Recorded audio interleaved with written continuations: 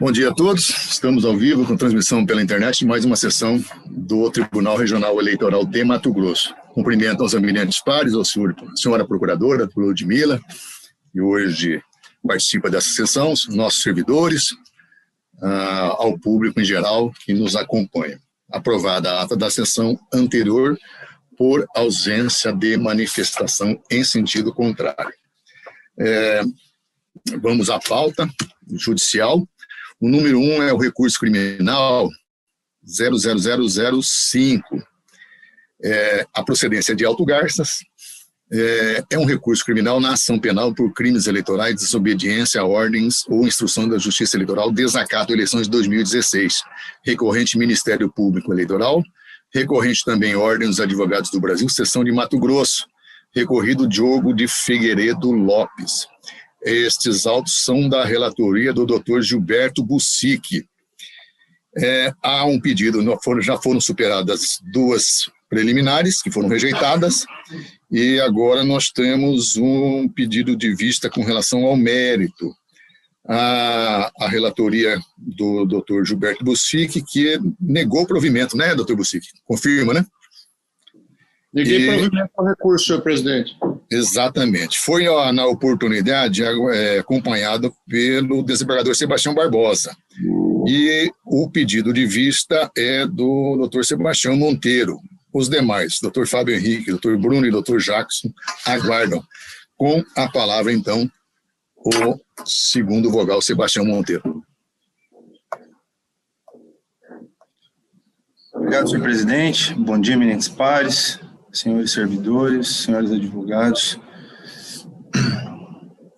Inicialmente, louvo o eminente relator, Dr. Gilberto Bussic, pela habitual excelência na elaboração de seus votos.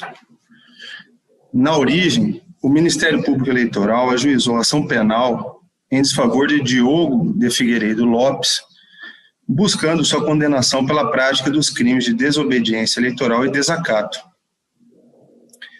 Em atenção à pretensão punitiva do órgão acusatório, o magistrado de primeiro grau proferiu sentença onde julgou parcialmente procedente a denúncia para condenar o advogado, aqui acusado, recorrido, pela prática do crime de desobediência eleitoral e absolvê-lo da imputação pelo crime de desacato.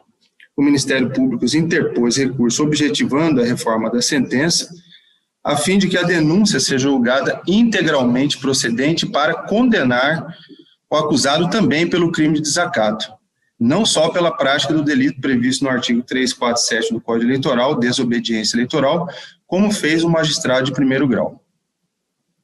A Ordem dos Advogados do Brasil, seccional de Mato Grosso, na condição de assistente, igualmente manejou recurso, almejando, por sua vez, a reforma da sentença para que a denúncia em desfavor do acusado seja julgada integralmente improcedente e ele seja absolvido não só da imputação da prática do crime de desacato, também pela prática do delito previsto no artigo 347 do Código Eleitoral, desobediência eleitoral.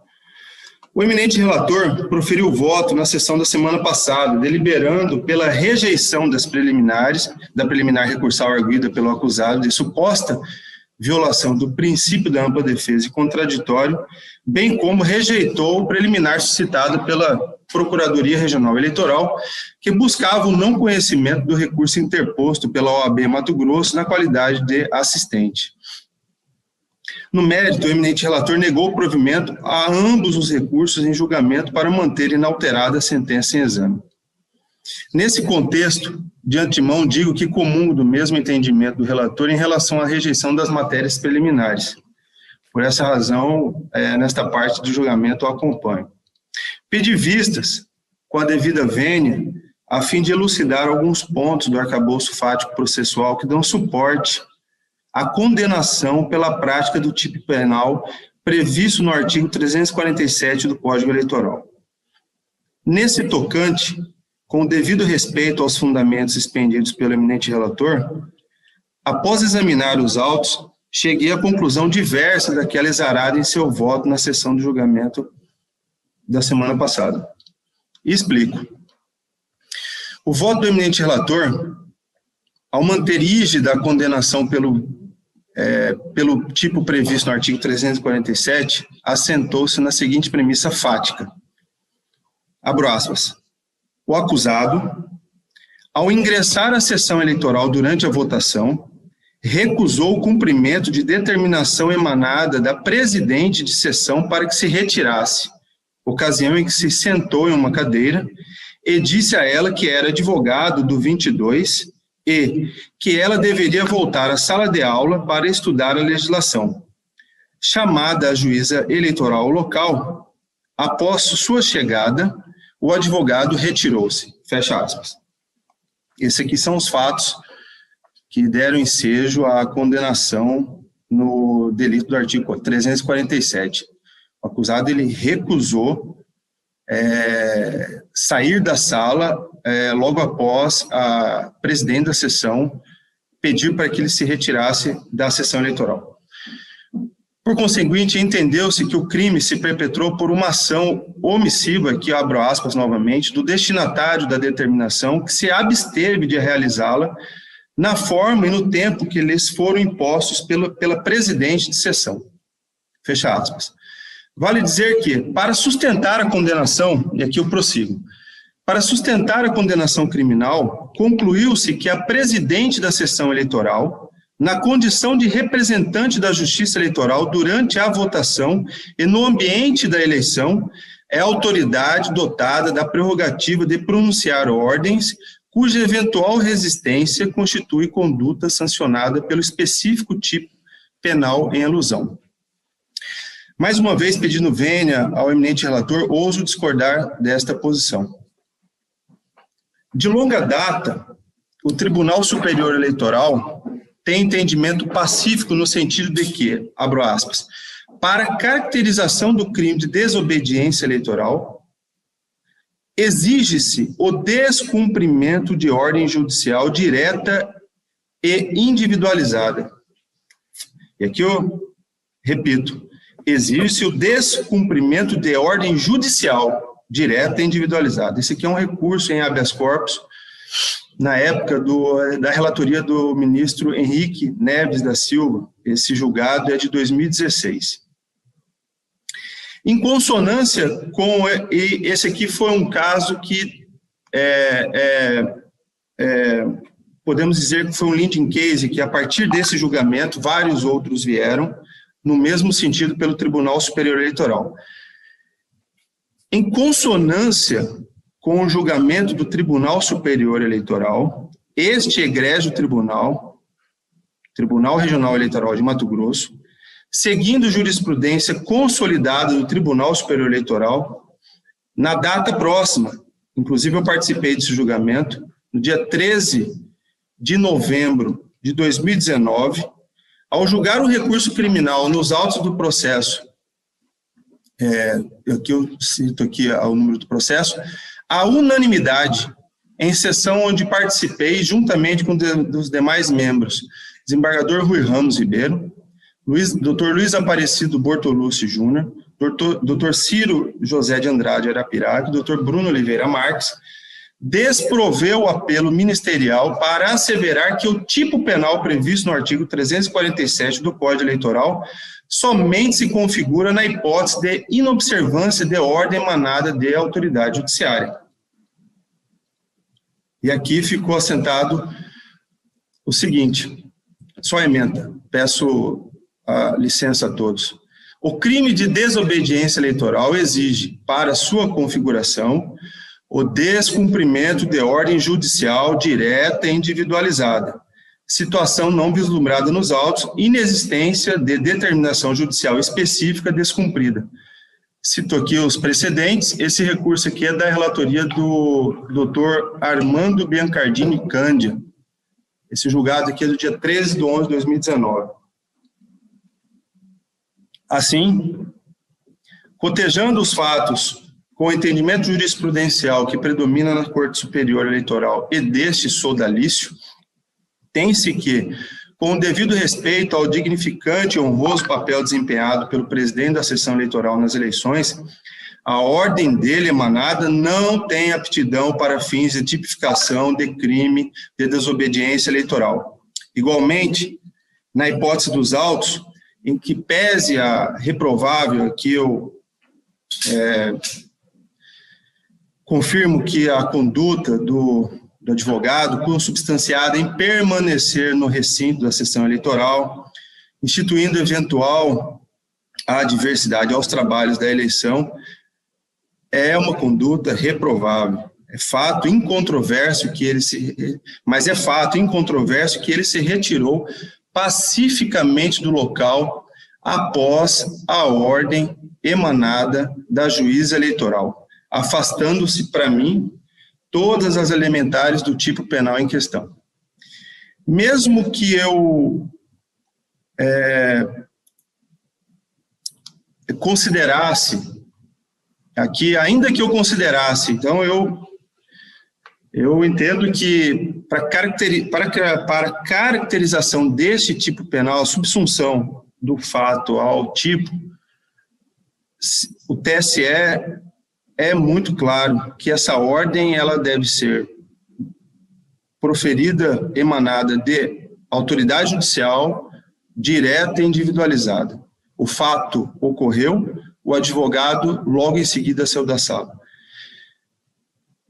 E me debruçando aqui na jurisprudência trazida, inclusive pelo eminente relator, eu tenho também mesmo que eu adotasse a versão seguida, inclusive, pelo desembargador Sebastião Barbosa, eu penso que nós poderíamos, da própria jurisprudência que foi utilizada para fundamentar a manutenção da condenação no crime de desobediência do acusado, eu vejo aqui uma interpretação também diametralmente oposta à que foi defendida pelo eminente relator.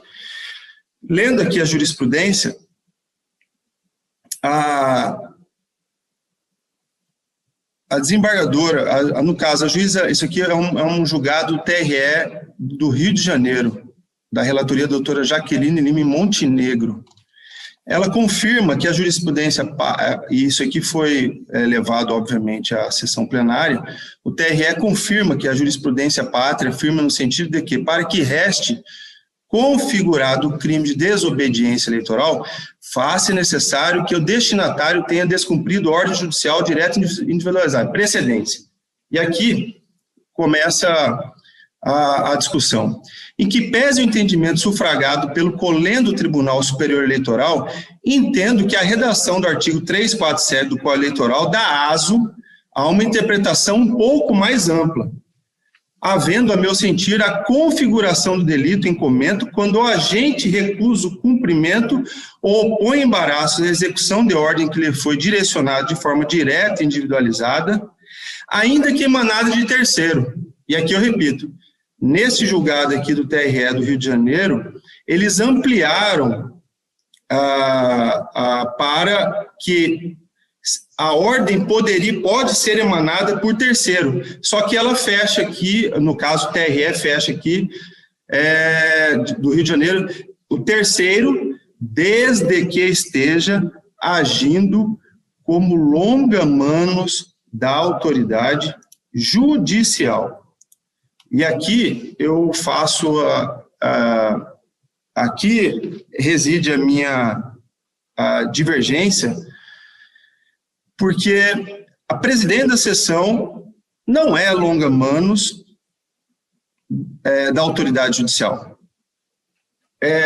O que eu interpreto desse julgado do Rio de Janeiro, quando diz que terceiro, desde que seja longa-manos da autoridade judicial, no caso, eu vejo, por exemplo, um oficial de justiça cumprindo um mandado, uma ordem judicial. Aí penso, sim, que nós estaríamos diante, caso se fosse resistida o cumprimento de uma ordem judicial via mandado judicial conduzido por um oficial de justiça, penso que nós estaríamos com um fato que se amolda a esse julgado do Rio de Janeiro. acho que esse julgado do Rio de Janeiro não dá alicerce para manutenção da condenação do advogado que recusou a cumprir a ordem de sair da sessão eleitoral, a ordem essa emanada da presidente da sessão. Mesmo que eu tivesse esse posicionamento, mas dando maior amplitude ao tipo penal, no caso, justiça eleitoral, permitindo que terceiro pudesse praticar o ilícito, penso que, neste caso, a presidente da sessão não tem a natureza jurídica de longa manus da autoridade judicial. Ela age ali por atribuições próprias das regras do direito eleitoral, não como longa manus da autoridade judicial. Então, senhor presidente, eminentes pares, se eu me alonguei, peço desculpas. Com essas breves considerações, acompanho o relator para rejeitar as preliminares arguidas pelas partes e negar provimento ao apelo ministerial. Contudo, divirjo do voto do eminente relator para dar provimento ao recurso da OAB e reformar a sentença absolvendo Diogo de Figueiredo Lopes do crime de desobediência eleitoral, capitulado no artigo 347, por entender que a conduta é atípica. É como voto, senhor presidente? Na sequência, doutor Fábio Henrique. Presidente, só um esclarecimento. Após o judicioso voto do doutor Sebastião Monteiro, eu gostaria só de esclarecer 2 pontos. A divergência do meu voto se deu tão somente quanto a entender que a ordem deve ser partida exclusivamente do juízo eleitoral. Portanto, eu indago o seguinte: que deveríamos fazer quando em 50 sessões cada advogado ou cada parte sentar na sala e dizer só saio quando o juiz me determinar? Aí chega a polícia, o senhor se retire. Não. Aqui é só com ordem judicial na presença do juiz. Pois bem, em que pese o entendimento ainda antigo do superior, do TSE, né, e que em todos os casos citados não eram dentro de sessão, né, eu entendo que estamos negando vigência ao artigo 139 e 140 do Código Eleitoral, que peço autorização de Vossa Excelência, senhor presidente, para reler. Ao presidente da mesa receptora e ao juiz eleitoral cabe a polícia dos trabalhos eleitorais. Portanto, a legislação já prevê 2 com autoridade de polícia eleitoral. Bom, 140. Somente podem permanecer no recinto da mesa receptora, pois seus membros, os candidatos, um fiscal, um delegado de cada partido e durante o tempo necessário à votação ou próprio eleitor. Bom, parágrafo 1º. O presidente da mesa é, durante os trabalhos, a autoridade superior fará retirar do recinto ou do edifício quem não guardar a ordem e composturas devidas e estiver praticando qualquer ato atentatório à liberdade eleitoral. Nenhuma autoridade estranha à mesa poderá intervir, sob pretexto algum, em seu funcionamento, salvo o juiz eleitoral. Portanto, senhor presidente, nós temos que rasgar esses 2 dispositivos legais. Não nego, como disse no meu voto, que o advogado tem todo o direito de comparecer. Ele disse que havia uma irregularidade no crachá de um fiscal, e realmente havia. Tudo bem, compareceu, fez anotar a irregularidade, determinou-se que se retificasse o crachá e determinou-se que ele saísse da sala. Ele se recusou, sentou numa cadeira e paralisa a votação até a chegada do juiz eleitoral. Imagina isso no estado de São Paulo. 40 advogados, todos sentando na sessão, cada um numa sessão, e dizendo, só saio com o juiz eleitoral, que tem irregularidade.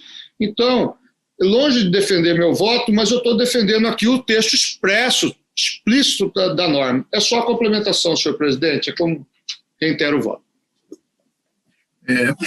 Doutor Fábio Henrique. Presidente, eu gostaria de fazer vista desses autos.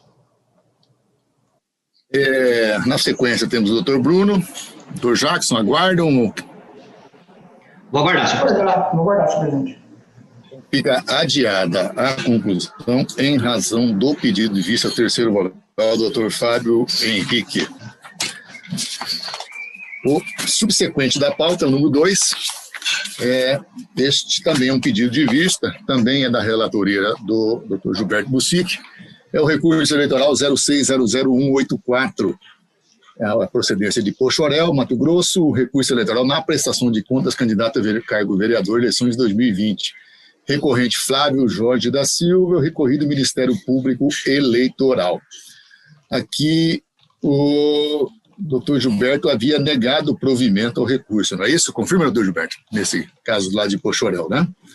Foi acompanhada pelos demais membros e houve um pedido de vista do doutor Jackson, que é o quinto vogal, a quem passo a palavra. Senhor presidente, bom dia. Eu pedi vista no presente processo para melhor analisar a questão levantada por mim na sessão plenária passada com relação ao convertimento do rito simplificado em ordinário, possibilidade aferida na resolução 23463/2015, referente às eleições municipais de 2016, a qual previa em seu artigo 62, eu cito aqui o artigo 62, vou pedir vênia para não ler.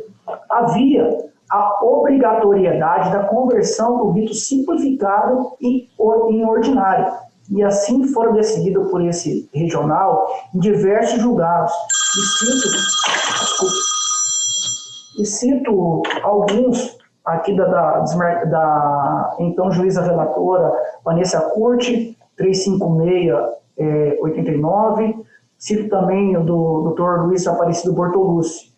Verificando atentamente a resolução 23607/2019, que trata das eleições de 2020, essa disposição não fora repetida, havendo a seguinte previsão em seu artigo 66. Não sendo possível decidir de plano sobre a regularidade das contas na forma do artigo 74, com os elementos constantes dos autos, a autoridade eleitoral determinará a realização de diligência que deverá ser cumprida no prazo de 3 dias, seguindo-se novas manifestações da unidade técnica e do chefe de cartório das zonas eleitorais e do Ministério Público. Verifique que, no caso em análise, o candidato fora devidamente intimado, deixando transcorrer em autos o prazo, conforme certidão DID 951-7572. Em sua sentença, o juízo de primeira instância assim destacou: inicialmente, verifico que o parecer conclusivo não apontou a existência de irregularidades ou impropriedades diversas das detectadas no relatório preliminar para expedição de diligência, sobre as quais foi dada oportunidade específica de manifestação ao prestador de contas, que deixou transcorrer em autos. Ressalto que a primeira intimação fora feita corretamente, conforme preceitou o artigo 64. Então, logo, acredito que a diligência que se refere é que o artigo 64 ele traz que, concluída a análise de técnica, caso tenha sido oferecida impugnação e o juízo tiver condições de já decidir, de não decidir, ele poderá intimá-los para se manifestar novamente. Logo, então, entendo que esse poderá é uma discricionariedade do próprio magistrado. E como bem pontuado na sua sentença, não houve necessidade de novas diligências, estando acertada a decisão do nobre relator, motivo pelo qual o acompanho integralmente. É como voto, senhor presidente.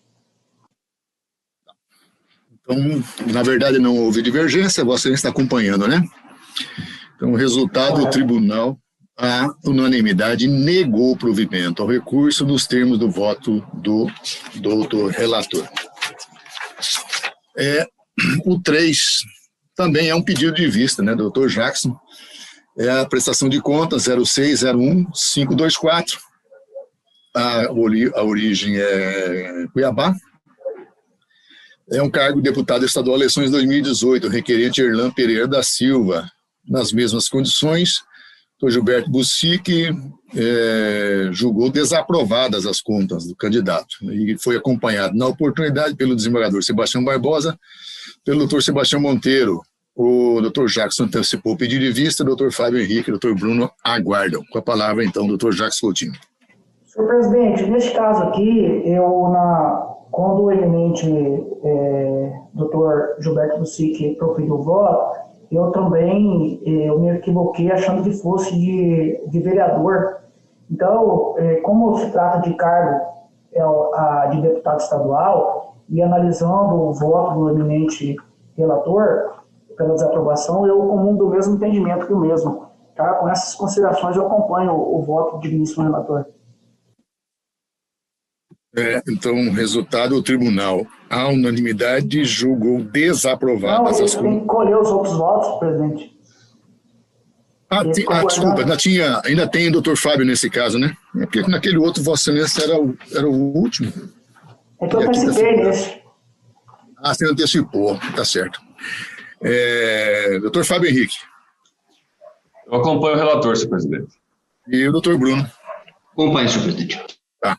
Então, o resultado do tribunal, unanimidade, desaprovou as contas do candidato nos termos do voto do doutor relator, em consonância com o parecer ministerial.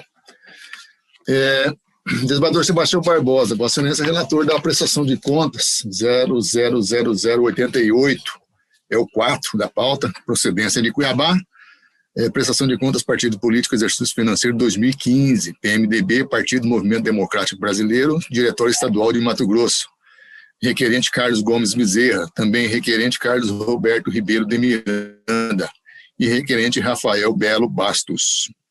A relatoria do desembargador Sebastião Barbosa com a palavra.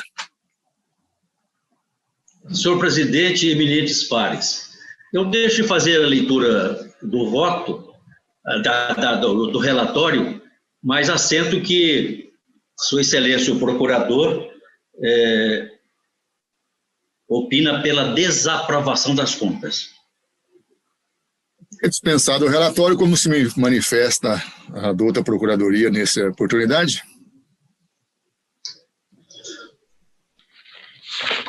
Excelência, a gente mantém o parecer ministerial pela desaprovação das contas, com a suspensão do repasse ao fundo partidário, né? Também, pelo período de 5 meses, nos termos do parecer. Mantido o parecer, retorna a palavra, então, ao senhor relator.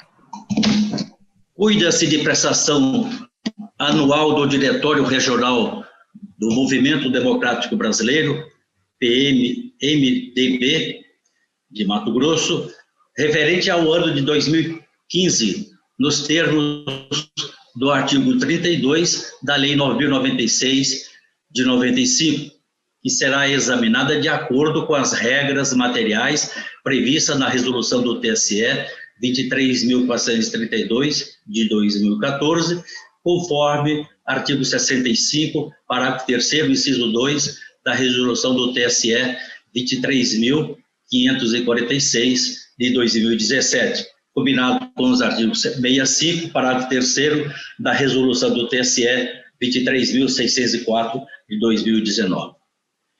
Como visto no relatório, que não foi lido, mas os membros conhecem, durante toda a instrução processual, buscou-se assegurar à parte o exercício da ampla defesa, oportunizando-lhe a renovação de prazos e o recebimento de documentos em todos os momentos da instrução processual, tendo, por isso, a unidade técnica se manifestado conclusivamente em 2 oportunidades, por meio dos pareceres constantes nos IDs, que declino aqui.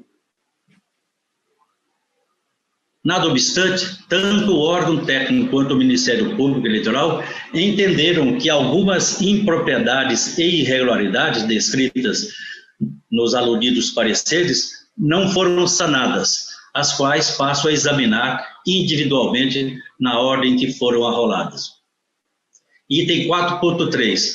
do parecer técnico inclusivo de folhas 2.779/2806, do ID 40.72.572, e da manifestação técnica de folhas 2.940/2948, do ID 40.73.572. A equipe técnica apontou que os extratos bancários apresentados não identificam a contraparte das operações financeiras realizadas em desacordo com o previsto no artigo 6º, parágrafo 3º, parágrafos 3º, 7º e 8º, e parágrafo 2º e 3º da resolução do TSE 23.432 de 2014. Trata-se de impropriedade de ordem meramente formal que não compromete a contabilidade como um todo, mas impõe a aplicação de ressalva. Item 4.7 do parecer técnico e da manifestação técnica, eu declinei aqui as folhas e os IDs. A unidade técnica desdobrou a análise do item em questão, realizando 3 apontamentos. A insuficiência das informações referentes a despesas com as viagens realizadas pelos senhores Clóvis Figueiredo Cardoso, Ed Wilson Pereira e Marcos César Josete Flores. B. Inconsistências nos valores gastos com refeições pelas pessoas acima nominadas. E C. Necessidade de comprovação da relação do senhor Clóvis Figueiredo Cardoso com o partido, bem como se as outras 2 pessoas nominadas no subitem A desempenham alguma outra função na agremiação. De início, afasto a irregularidade descrita do subitem A, posto que o relatório de visitas apresentado, acompanhados dos documentos fiscais com hospedagens e refeições, são capazes de demonstrar a localidade para a qual se deslocaram, o seu período e o custeio. Em relação ao subitem B, a auditoria considerou todos os valores listados como muito altos para as refeições e apontou que a nota fiscal relativa à refeição do senhor Ed Wilson, no valor de R$ 130, foi expedida muito tempo após a viagem. Acerca do subitem B, não vejo como adentrar na questão sobre o alto custo ou não de uma refeição, uma vez que esses preços podem oscilar de um lugar para outro e não cabe à Justiça Eleitoral descer a este detalhe, salvo se os valores fossem absolutamente distantes da normalidade, o que não parece ser o caso, eis que partem de 71 até o máximo de 130. A ressalva fica por conta da emissão da nota fiscal em data posterior à viagem, no valor já referido de R$ 130, uma vez que a despesa deve corresponder à data do gasto, tal qual verificado em relação às demais. Por fim, quanto ao subitem C, é certo que o partido apresentou seus esclarecimentos e comprovou que todas as despesas listadas neste item possuem vínculos com a agremiação, satisfazendo o questionamento da unidade técnica. 4.9 do parecer, a unidade técnica apontou divergências entre os valores do contrato firmado com a empresa Santiago Contabilidade, com pagamentos superiores ao dobro do pactuado. Intimado, o partido apresentou o termo aditivo do contrato e esclareceu parte das divergências. Entretanto, persistiu sem justificativa o gasto efetuado em julho de 2015 no valor de 10 mil, eis que não albergado por qualquer termo aditivo ou outra forma de contratação com o referido prestador de serviço, que justificasse tal despesa. Neste ponto, por se tratar de despesa realizada com recurso do fundo partidário, alio-me ao entendimento exposto pela unidade técnica e em razão do contido no artigo 44 da Lei 9.096 de 95, deve a agremiação ser condenada ao recolhimento da quantia de 10 mil ao Tesouro. Aí eu venho fazendo essas análises, uma eu rechaço, outra eu acolho, e ao fim e ao cabo, conclui-se que das irregularidades apontadas, embora pareçam graves, e em muitos casos o são, atinge apenas 5, eu vou ver o valor aqui, 5 ponto alguma coisa que permite que apliquemos, como temos precedente dessa corte, os princípios da razoabilidade e da proporcionalidade. Por isso, deixo fazer a leitura e vou à conclusão, para otimizarmos o nosso tempo.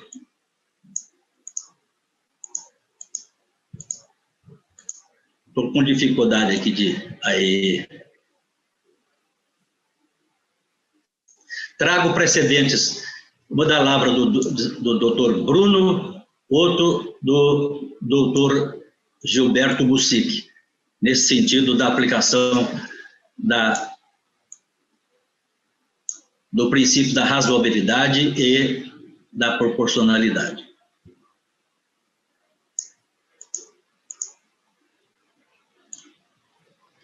Estou chegando. Então, eu vou fazer a leitura da conclusão. Posto isso, em dissonância com o parecer ministerial, julgo aprovadas com ressalvas as contas anuais do Diretório Regional do Movimento Democrático Brasileiro, relativas ao exercício financeiro de 2015, e determino ao partido o recolhimento dos valores descritos nos itens 4.9, 4.21, 4.23 e 4.24 aos cofres do Tesouro Nacional, num montante de R$ 65.194,95. Se ao requerente a aplicação de que o valor de R$ 4.386,44 deve ser destinado à criação e manutenção de programas de promoção e difusão da participação política das mulheres, nos termos dos dispostos no artigo 44, incisos 5 em Romanos, parágrafo 5º da Lei 996 de 95, valor que deverá ser transferido para a conta bancária específica, cujos gastos devem estar relacionados aos fins preceituados pela norma conforme a legislação pertinente, sob pena de acréscimo do percentual de 12,5% previsto no parágrafo 5º do retromencionado artigo. Por fim, determina a comunicação ao TSE para os fins do item 4.3 e, anteriormente deixei de ler, a CJ para a expedição de ofício para os fins dos itens 4.11. É como voto, senhor presidente. Voto, doutor Sebastião Monteiro. Acompanho o desembargador. Doutor Fábio Henrique. O relator, senhor presidente. Bruno de Oliveira. O relator, senhor presidente. O Jacques Coutinho. Com o relator, senhor presidente. Doutor Gilberto Bussic. Acompanho o judicioso voto do eminente relator, senhor presidente. Resultado final, o tribunal, à unanimidade, aprovou com ressalvas as contas do Partido Movimento Democrático Brasileiro, MDB de Mato Grosso, referentes ao exercício 2015, nos termos do voto do doutor relator, em dissonância com o parecer ministerial. Gilberto Bussic, 5 da pauta é da sua relatoria, é o recurso 0600607. A origem é de Santo Afonso, recurso eleitoral na prestação de contas, candidato ao cargo de vereador, eleições de 2020. Recorrente, Adenilda Alves Nascimento. Relatoria de Vossa Excelência, com a palavra. Obrigado, senhor presidente. Trata-se de recurso eleitoral interposto por Adenilda Alves Nascimento, candidato ao cargo de vereador, em desfavor de sentença proferida pelo juiz da 17ª Vara, que julgou desaprovada sua prestação de contas referente à eleição de 2020, condenando ao pagamento de R$ 243. Em razões recursais, a recorrente argumenta que a sentença deve ser reformada e junta contrato de prestação de serviços gráficos, bem como extrato da conta bancária. A douta Procuradoria opina para que as contas se o recurso seja provido para que as condições sejam aprovadas com ressalva e a isenção da devolução de R$ 243. É o relatório, senhor presidente. Consultador da Procuradoria. Excelência, mantenha o parecer pelo parcial provimento. O parecer retorna a palavra ao seu relator. Presidente, concluindo que o voto foi disponibilizado, a candidata comprovou que os R$ 243, embora pago após a eleição, o contrato era contrato gráfico, firmado anteriormente à eleição. A arrecadação dela foi de R$ 1.000 e poucos, 243 foi para impressão gráfica e comprovada o gasto de campanha e para onde foi o valor de R$ 243, eu estou julgando aprovadas com ressalvas as contas e afastando a determinação de recolhimento de R$ 243, senhor presidente. Vossa Excelência está julgando, então, em consonância com o parecer da Procuradoria, né, e a determinação do valor de devolução, é isso? Algum voto em sentido contrário? Então, o resultado, o tribunal, à unanimidade, deu parcial provimento ao recurso, nos termos do voto do outro relator, em consonância com o parecer ministerial. O 6, também é da relatoria do Dr. Gilberto Bussic. Procedência de Acorizal, recurso eleitoral 0600210. Recurso eleitoral, prestação de contas, candidato ao cargo de vereador, eleições 2020. Recorrente Denis José da Silva. Com a palavra o relator. Senhor presidente, em suas razões recursais, o recorrente aduz que não foi notificado para prestar esclarecimento de forma oportuna, pois sua intimação deveria se dar pessoalmente, não por mural eletrônico, razão pelo qual pleiteia que a sentença seja declarada nula. No mérito, aduz que foram anexados todos os documentos pertinentes, devendo a prestação de contas ser julgada aprovada. A douta Procuradoria aponta que a preliminar de nulidade de intimação deve ser afastada e, com relação ao mérito, o recurso não deve ser conhecido por ausência de fundamentação. É um relatório, senhor presidente. Procuradora.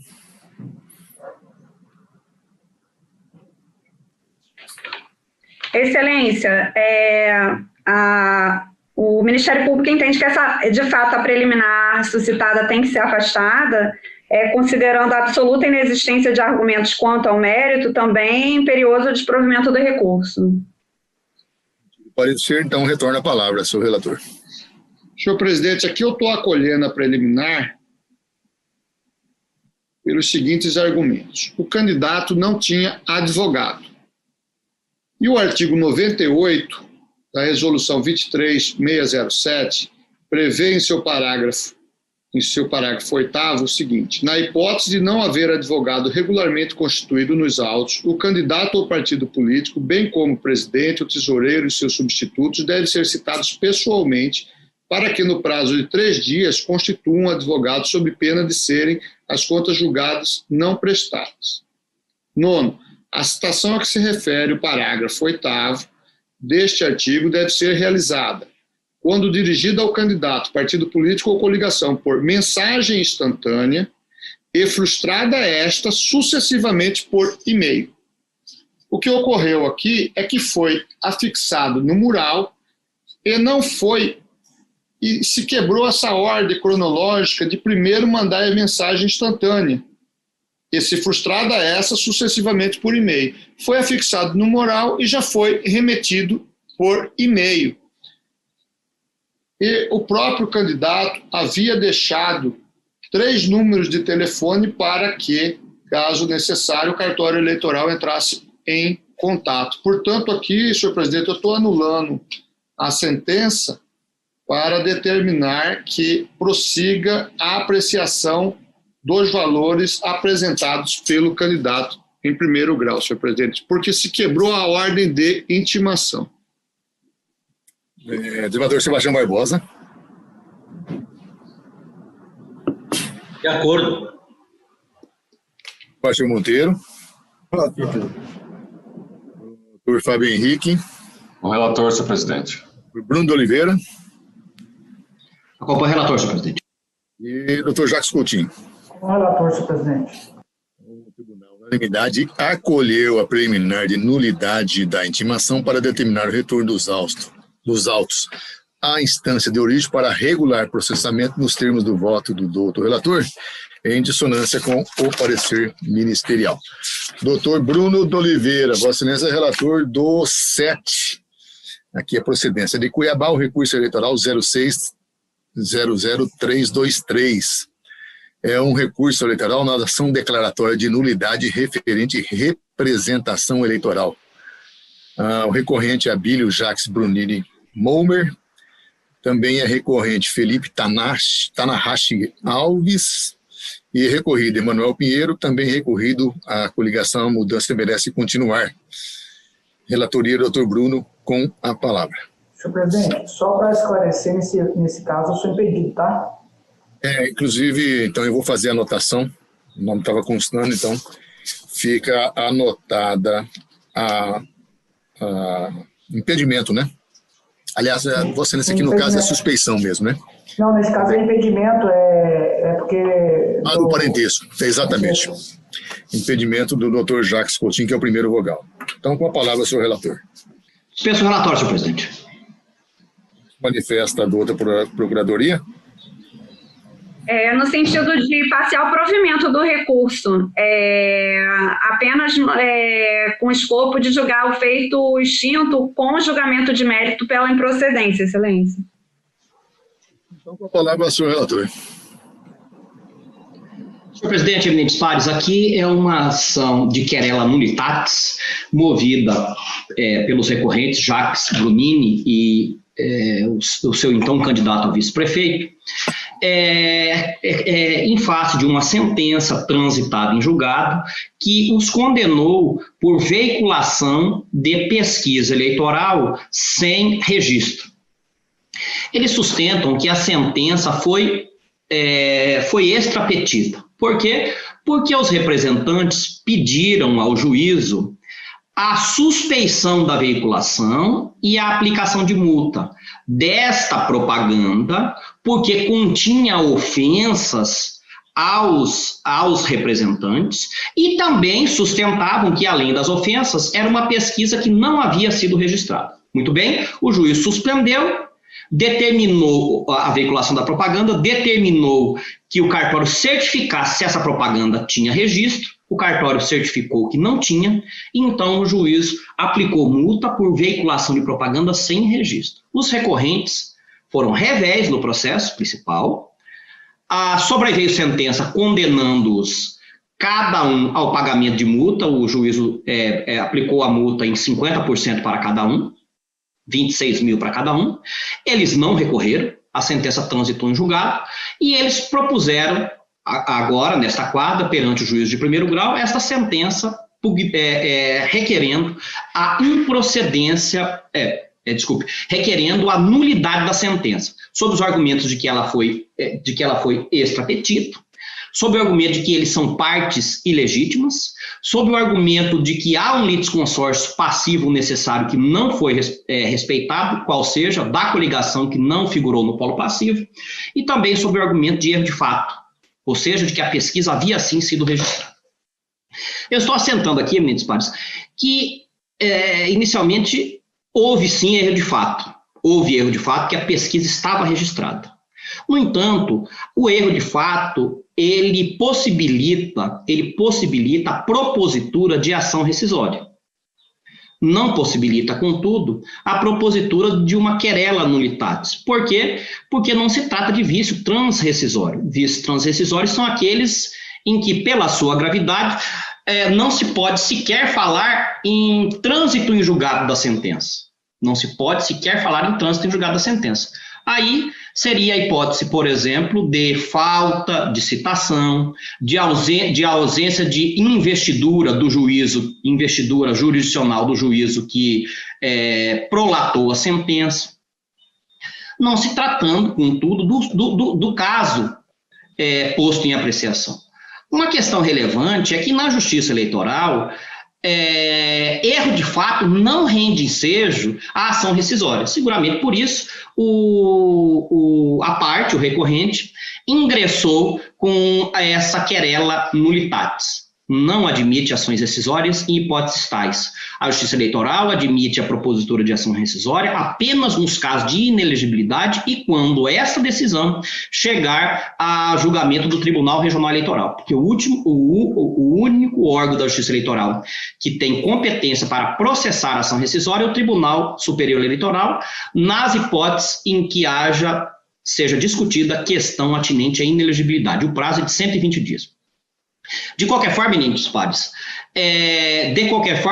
pares, no caso em apreciação, não há falar-se em vício transrescisório,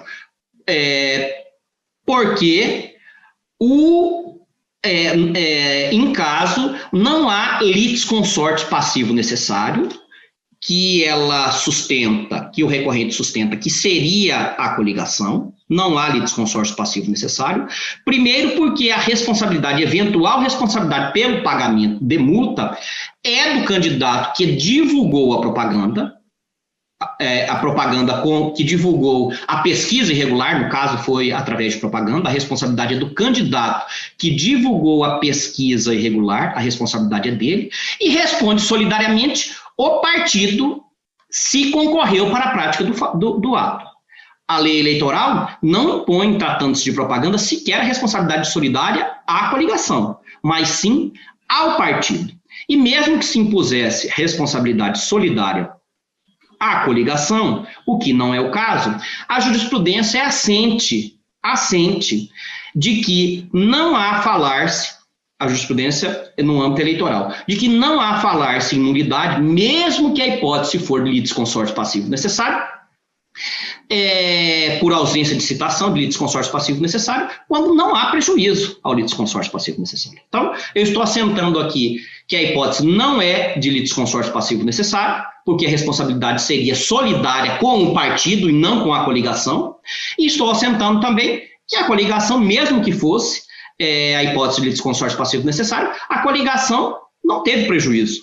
Tanto é que ela sequer é parte nesta ação de querela nulitatis. Então, o candidato vem a juízo pleitear uma nulidade por ausência de citação de uma parte que não faz parte também da atual relação jurídico-processual. Em substância, houve realmente erro de fato, inclusive refletir se não seria a hipótese de, excepcionalmente, enfrentar a matéria por meio de uma ação de querela nulitatis.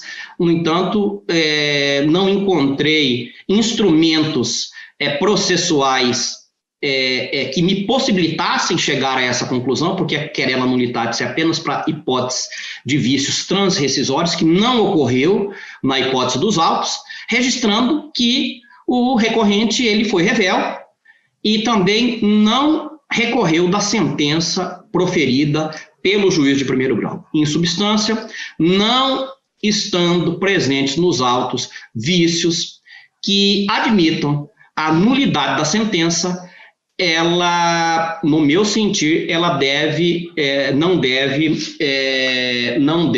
ser anulada. Um ponto, o juízo, para finalizar, o juízo entendeu que a via era inadequada, a querela nulitatis era inadequada.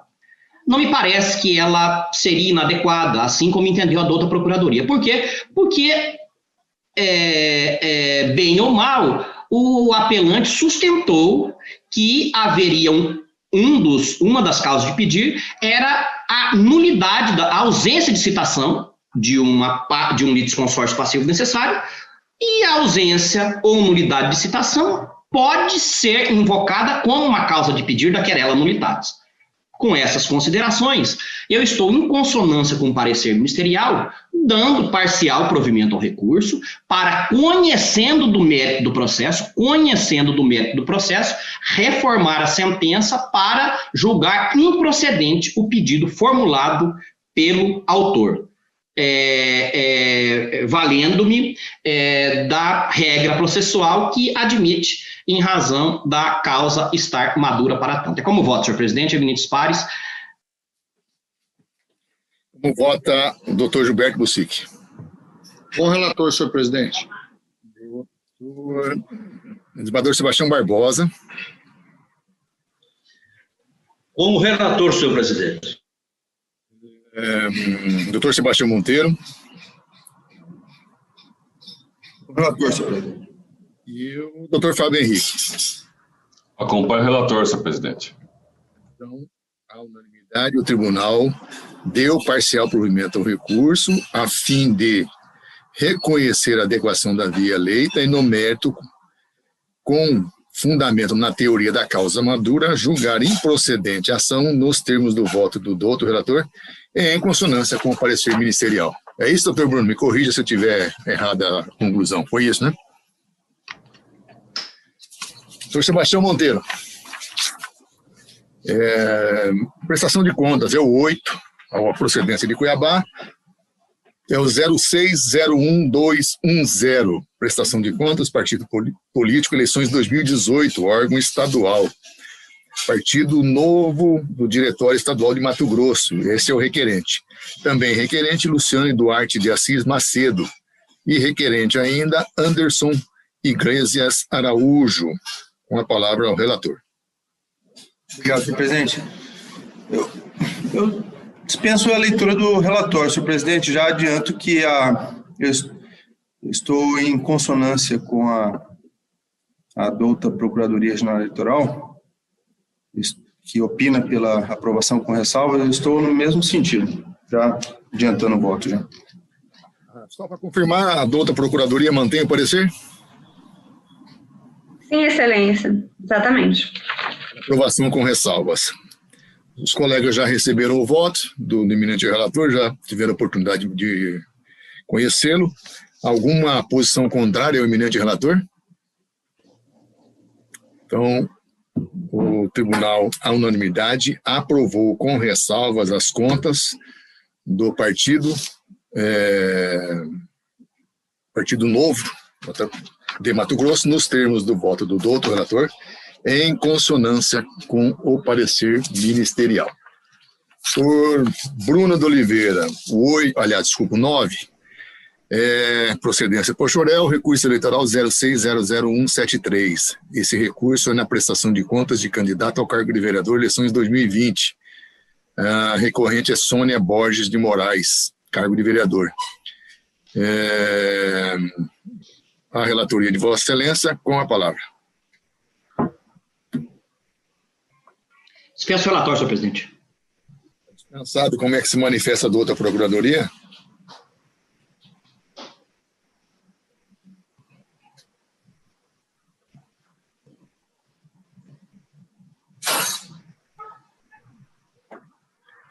Acho que Vossa Excelência está sem o som, doutora Ludmila.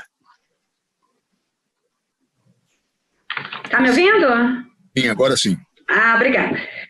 No sentido do parecer pelo provimento parcial do recurso para aprovar com ressalvas, né? O gasto com a contratação de cabo eleitoral escriturado já estaria documentado através do contrato do extrato bancário, né? Então, essa cópia do cheque nominal e recibo do pagamento, muito embora apresentados de forma intempestiva, eles confirmaram os dados e as provas documentais que já estavam existentes, né? Porém, não foi comprovada a questão da destinação dos R$ 123,45 recebidos em doação de combustíveis, né, que foram quitados pela campanha da doadora com recursos do fundo. Então, por isso, o provimento parcial dos recursos, mas para aprovar com ressalvas. Tá, ok. Retorno, então, a palavra ao senhor relator. Senhor presidente, evidentes pares, um ponto só relevante é quanto à preclusão. Aqui, gasto com o cabo eleitoral. Ele juntou os contratos, mas ele não juntou os recibos de pagamento e de quitação, e também não juntou os cheques nominais comprovando o pagamento. Posteriormente, ele fez essa juntada em sede de embargo de declaração, e nós estamos admitindo essa juntada porque esses documentos foram juntados com vistas a corroborar documentação que já havia sido juntada. Então, não nosso acordo tem admitido em tais hipóteses. Não se trata dele ter sido intimado para regularizar, deixado transcorrer em autos e aí, em sede recursal, ele inovar, trazer documentos. Não, foram documentos para corroborar outros que já constavam nos autos. Então, estamos reconhecendo a regularidade dos gastos com cabos eleitorais. Em relação a combustíveis, a candidata recebeu doação estimável em dinheiro, só que ela não tinha veículos registrados em sua campanha. Anotando ainda que para as eleições de 2020, a resolução não admite gasto de combustível, despesa do fundo para gasto de combustível próprio. Né? Então, com essas considerações, em consonância com o parecer da douta Procuradoria Regional Eleitoral, estou dando parcial provimento ao recurso para julgar aprovadas as contas com ressalvas, mas determinando a candidata a devolução do valor despendido com combustível, que é R$ 123,45. Como voto, senhor presidente? Tá.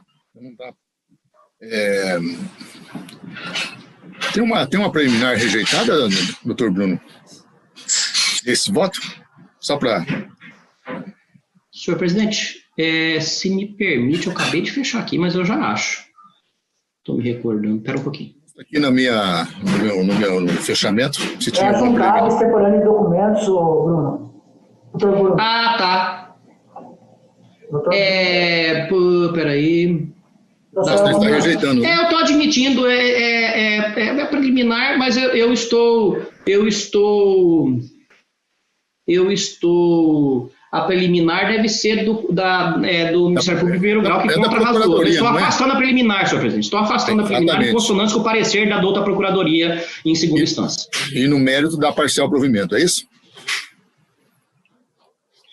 Muito obrigado, senhor presidente. Muito obrigado. Voto em sentido contrário dos outros colegas? O Tribunal, na unanimidade, rejeitou a preliminar suscitada e, no mérito, deu parcial provimento. Recurso nos termos de voto do doutor relator em consonância com o parecer ministerial. O 10 da pauta da minha relatoria lá de Tangará da Serra, melhor dizendo, que é a procedência, mas o administrativo 0600037, é o administrativo que versa sobre a designação de juiz eleitoral na 10ª Zona Eleitoral de Tangará da Serra. E aqui o voto é no sentido de registrar o vencimento do biênio, né, do Dr. Ângelo Judaí Júnior, agora no dia 1º de abril. E se inscreveram 2 candidatos, 2 magistrados, Dr. Flávio Maldonado de Barros e Dr. Marcos Terêncio Agostinho Pires.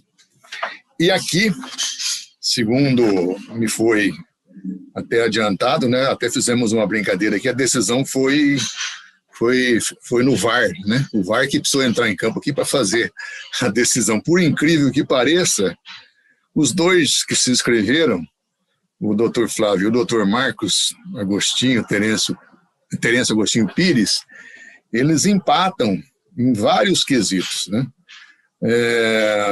Ambos magistrados inscritos se afastaram da jurisdição eleitoral na mesma data, ou seja, 6 de fevereiro de 2014. Esse é o primeiro requisito para se fazer a nomeação, segundo as resoluções que disciplinam a matéria, a 1813 de 2016. Aí vai para os demais critérios, né? Aí também há um empate no tocante aos outros critérios estabelecidos no artigo 5º, parágrafo único, nas alíneas A, D e C da Resolução 1813 de 2016. Ou seja, antiguidade na comarca, ambos assumiram no dia 7 de fevereiro de 2014. Antiguidade na entrância, ambos também no dia 7 de fevereiro de 2014. E antiguidade na carreira, ambos tomaram posse no mesmo dia 29/9 de 2004. Então, aqui, pelo critério para desempatar, nós vamos aqui em cima do mais idoso, né?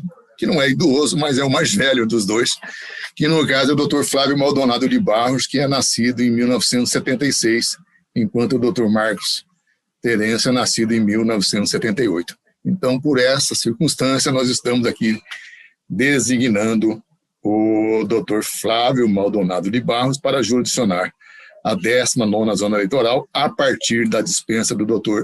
Ângelo Judaí Júnior, com efeitos a partir de 2 de abril de 2021. Alguma dúvida, alguma colocação? Tem hora que é bom ser mais velho, né, presidente? Tem hora que é, né? Nem sempre, né? Presidente, registrar que são 3 excelentes, Dr. Ângelo, Dr. Maldonado e Dr. Marco Terence, os 3 do meu concurso, são juízes de primeiro quilate. Vossa Excelência está bem servido aí. Como presidente. Eu não, a comunidade de Tangará da Serra, a cidade de Tangará, a zona eleitoral, com certeza, como esteve muito bem servida durante a jurisdição do Dr. Ângelo Judaí Júnior. Aqui qualquer um, você poderia fechar os olhos e escolher qualquer um que seria muito bem representado. Podemos dar por aprovado, doutor Flávio Maldonado? Então, o Tribunal, na unanimidade, designou o excelentíssimo Dr. Flávio Maldonado de Barros para jurisdicionar a 19ª Zona Eleitoral de Tangará da Serra, a contar da lavratura do termo de entrada em exercício, com efeitos a partir de 2 de abril de 2021, nos termos do voto desta relatoria. Temos também um 11 da pauta, é um processo administrativo 060030, que é a procedência de Cuiabá, é o Plano Anual de Auditoria e Fiscalização de 2020. Esse aqui é um relatório anual de atividades da auditoria interna do exercício 2020. Na verdade, é um relatório elaborado pela Coordenadoria de Controle Interno e Auditoria, a CCIA. Então, com relação a esse tema, já foi enviado para os colegas o relatório, e aqui se faz presente na sala virtual o Daniel Taurines, que é o responsável pelo setor. E esse relatório, ele tem que ser apresentado dentro do plano anual, de auditoria interna e fiscalização, dentro daquelas resoluções que nós aprovamos agora recentemente, da criação, da auditoria interna, que tem aí relevantes atribuições, dentro do contexto administrativo do TRE.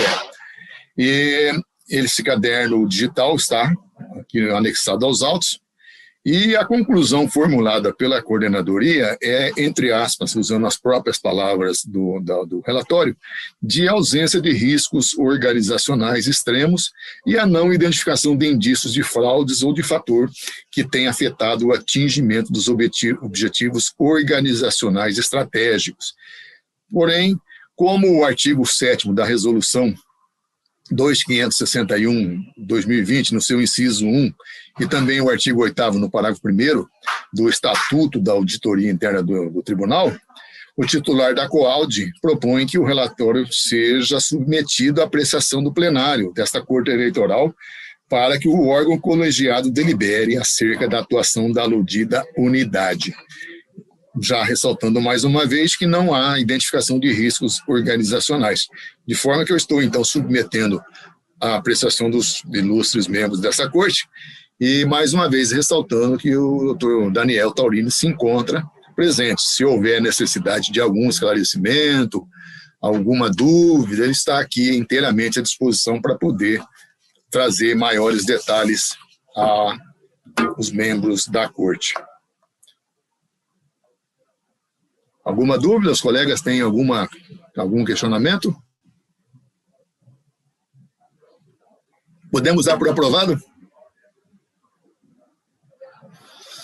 Então, parabenizar apenas, senhor presidente, a equipe da auditoria interna, pelo trabalho, foi encaminhado o relatório, e parabenizar pelo trabalho desenvolvido desta nova sessão que Vossa Excelência constituiu nesta corte este ano, Nós constituímos, Foi um grande avanço em termos de administrativos, essa separação, do controle interno, com a auditoria de contas também, que tem lá grandes responsabilidades. Então, eu agradeço aqui, Daniel, a sua presença, embora não seja necessária, mas os seus relatórios já foram apresentados, os colegas já têm conhecimento, então fica aprovada o relatório apresentado sobre o tema.